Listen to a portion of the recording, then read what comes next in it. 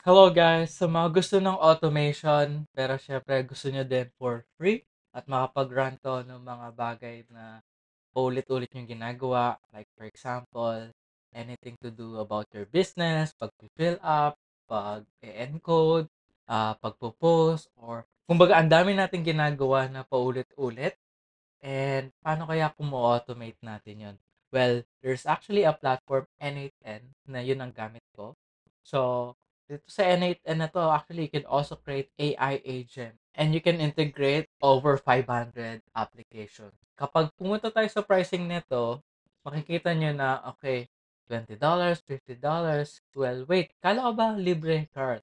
So, good thing dito, meron silang option na self-hosting. Ibig sabihin ng self-hosting, yung server is sa'yo. Okay? Ngayon, pag kumuha ka ng server, syempre, yun na yung part na, okay, magbabayad ka pa rin. Kaso nga lang, may nakita tayong paraan wherein you could self-host this ng libre lang. Okay? At the same time, there will be no other configurations like for example, tunneling, or kumbaga, i-pair up mo pa siya sa another platform para lang ma-recognize siya. Like for example, yung mga webhooks, yun, para gumana yun. So, eto yung kagandahan. Merong platform na Flow Cloud. Just go to Flow Cloud, yung link na ipoprovide natin. Tapos, ang kagandahan nito is merong benefit na $5 credit. Okay?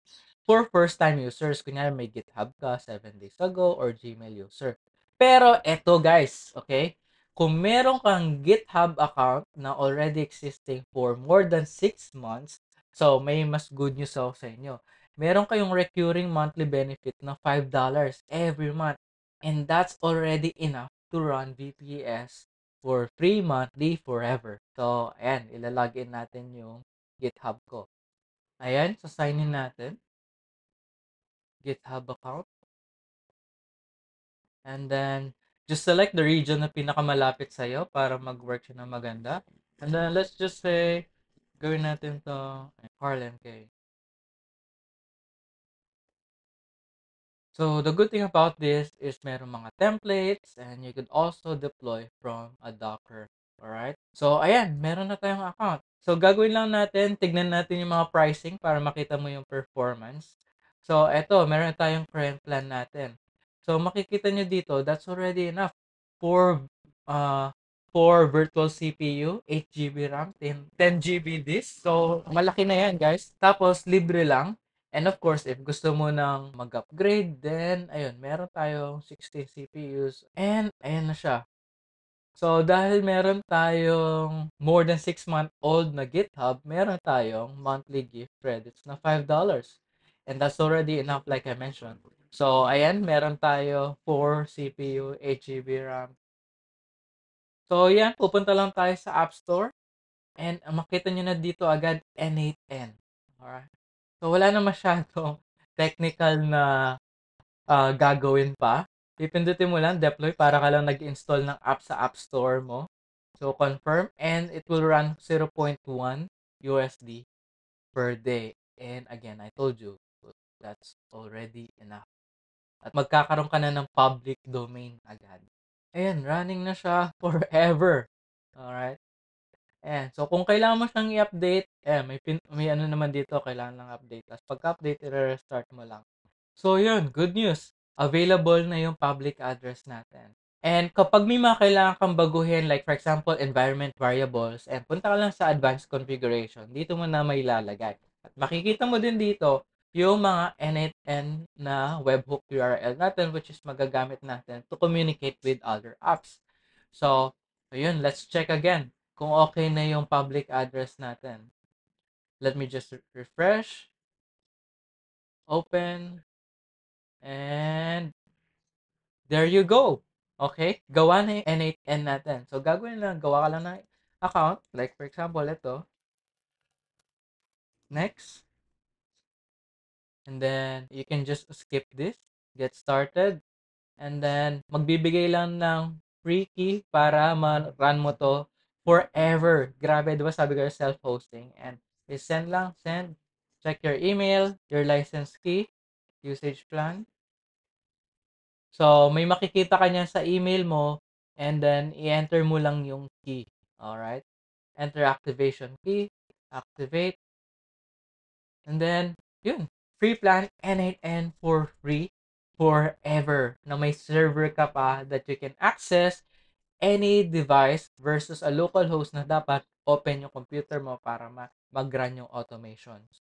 Alright? Makikita nyo rin, active workflows, 0 out of unlimited. Grabe, unlimited triggers, unlimited workflows. And so makikita nyo na dito yung N8 and dashboard natin.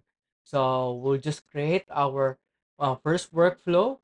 So, kung mapapansin nyo, madaming pwedeng gawin dito, which is the first step. Yan, pipili ka lang na kung anong trigger ang gusto mo. So, it could be a trigger from chat. Kunyari, kausap mo siya, or kapag na-click, or webhook. Ayan, pwede yan. So, gagawin natin, ayun, ilalagay natin yung nagawa ko ng workflow for our business. So, ayan. So, ang idea nito is meron tayong data from a different database which is from Lark. Tapos, ayaw ko mag-fill up ng PDF. So, matitrigger to kapag okay na yung details, kukuhanin niya yung form doon sa Google Drive ko at fill upan niya kung anong klaseng unit yon for Cozy Code. Kapag na-fill upan na niya, i-upload na niya ngayon which is yun na yung pwede kong gamitin nang hindi ako nag-fill up, copy-paste ng paisa-isang information. And ayan, ang dami mo pa pwedeng gawin. Like for example, applications, action in app, ayan merong you could do with Facebook, X. So, ang dami pa yun. Google Drive, Google Sheets. So, i-automate mo lahat yan. At meron ka pa, yun nga, webhook or HTTP request para sa mga custom na, kumbaga hindi pa nakaset dito na application, pero meron silang webhook na HTTP, you can still communicate with them through this. So, ayan, grabe, super useful nito. And I'll just have to save and activate. Got it. Okay. So, ayun na. Okay na. That's just how easy it is. So, ang gagawin mo lang, just go to the link below and then sign up with your GitHub, Gmail. If meron kang GitHub na more than 6 months old, well, meron kang $5 credit every month para maran mo to. And there are other more na pwede mo pang gawin dito. So, if you want more tutorials, feel free to comment below. Kapag may mga questions kayo, I'll try to create another video about that. So, happy automating!